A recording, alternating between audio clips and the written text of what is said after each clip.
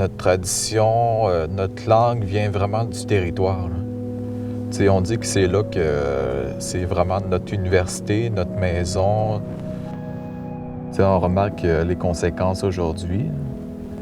Qu'est-ce que ça fait envers la terre-mère? Il y a beaucoup d'espèces animales, végétales qui disparaissent.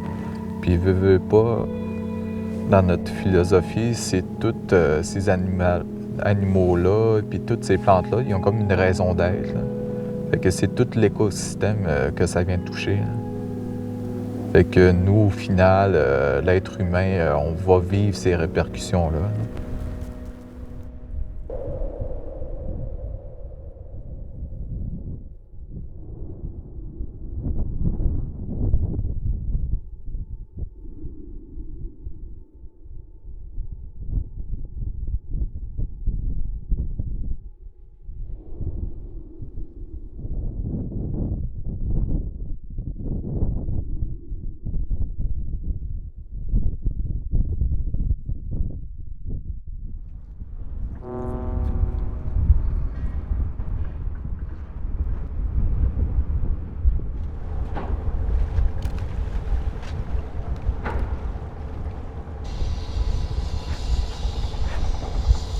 Est-ce que l'ajout de 320 transits de bateaux qui montent et qui descendent le Saguenay vont avoir un impact sur les belugas?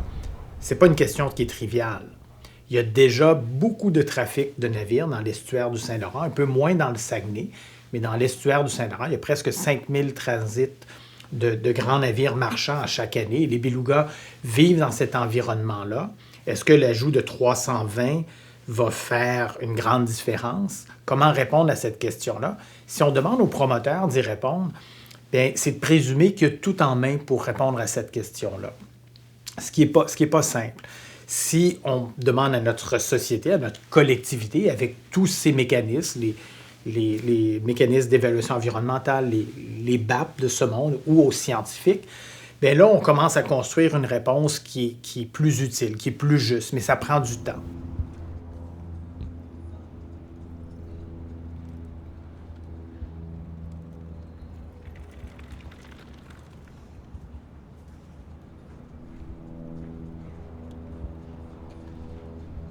Et un des principaux problèmes de ce système-là, c'est que le promoteur, par définition, il est pressé. Il est pressé par un système économique qui est dirigé par le rendement à tous les trimestres. À tous les trimestres, il faut qu'il démontre à ses investisseurs qu'il fait des progrès, qu'il avance.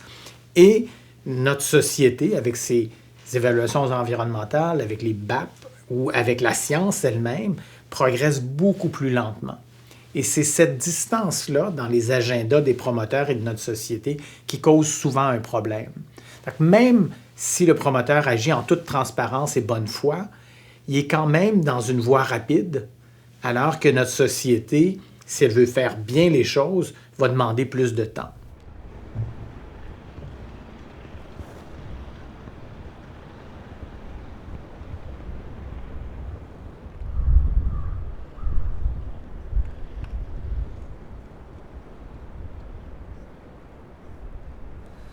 Ben, nous autres, dans notre mentalité, quand que, mettons, on développe un projet, on essaie de penser aux 7 prochaines générations. Là.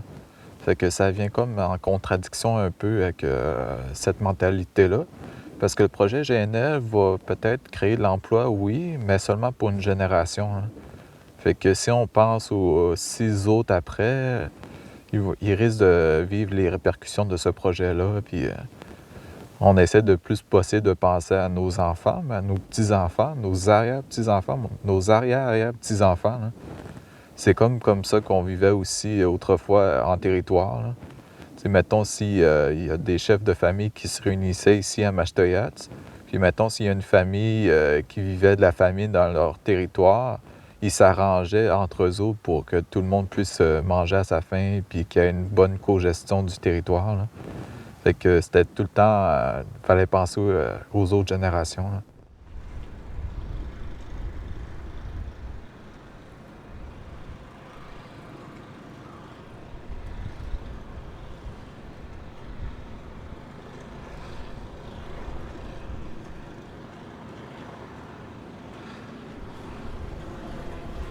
le gaz naturel est beaucoup moins propre que ce qu'on peut s'imaginer à cause des fuites des puits, à cause des fuites dans le transport, etc.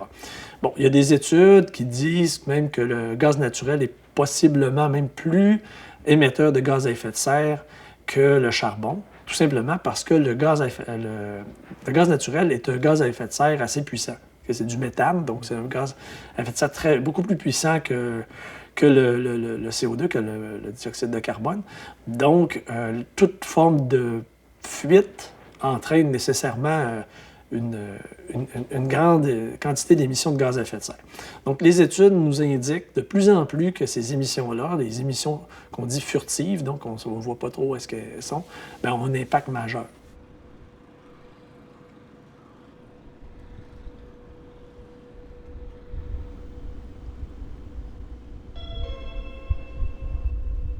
Le capitaine vous souhaite la bienvenue à bord. Voici quelques consignes de sécurité. En cas d'urgence, l'alarme générale...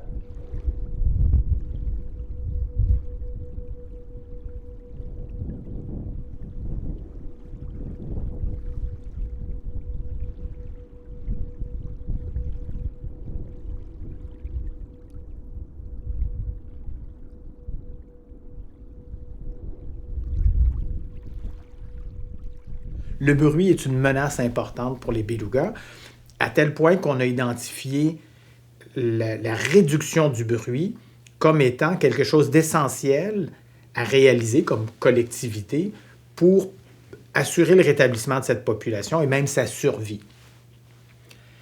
On comprend que les belugas, c'est des mammifères marins. Ils vivent dans un univers qui est très différent du nôtre. Ils vivent sous l'eau. Sous l'eau, la lumière pénètre peu et ils dépendent et ils communiquent avec les sons essentiellement. Ils trouvent leur nourriture avec les sons, ils communiquent avec leur père avec les sons, ils vont naviguer avec les sons. Alors le bruit vient en quelque sorte modifier leur environnement et a un impact sur leur capacité de communiquer, de s'alimenter et de naviguer.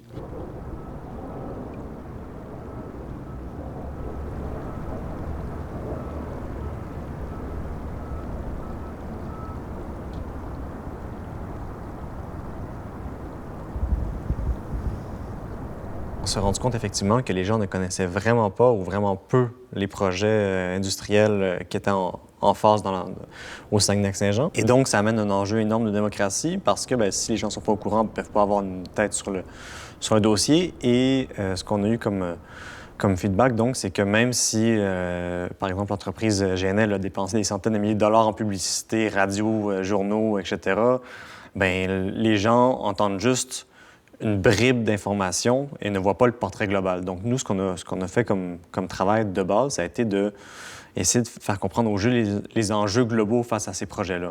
Donc, l'impact sur le fjord, l'impact sur les gaz à effet de serre, l'impact sur la santé des gens.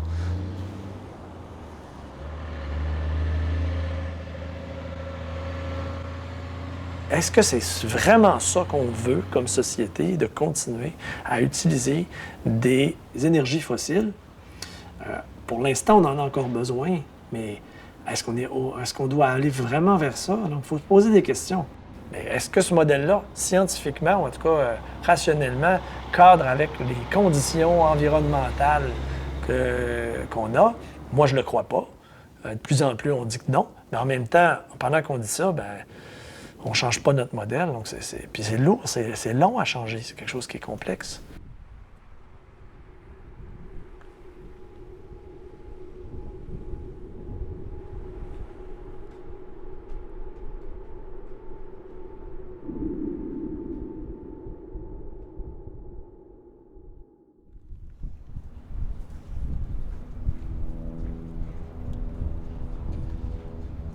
Comment on peut, quand on sait que le GIEC dit qu'il faut réduire drastiquement d'ici 2030, comment on peut affirmer en même temps qu'on va mettre en place des infrastructures qui durent des dizaines d'années puis qui permettent d'exploiter les énergies fossiles? C'est juste des contradictions. Mais là, on a une société qui marche avec un certain modèle, puis il faut marcher avec ce modèle-là pour l'instant, tant qu'on n'a pas décidé ensemble qu'on faisait un modèle différent. Puis là, tous les projets qui se présentent, c'est normal, ils vont se présenter selon le modèle qui est là. Si vous lui présentez un nouveau modèle, Et ces mêmes personnes-là vont trouver un nouveau projet pour dire « Ben oui, regardez, j'ai un beau projet qui se présente dans votre modèle. » Ce pas des mauvaises personnes. C'est normal, ils sont dans un système. Ils vont essayer de s'intégrer dans ce système-là avec leurs projets, leurs idées, tout ça.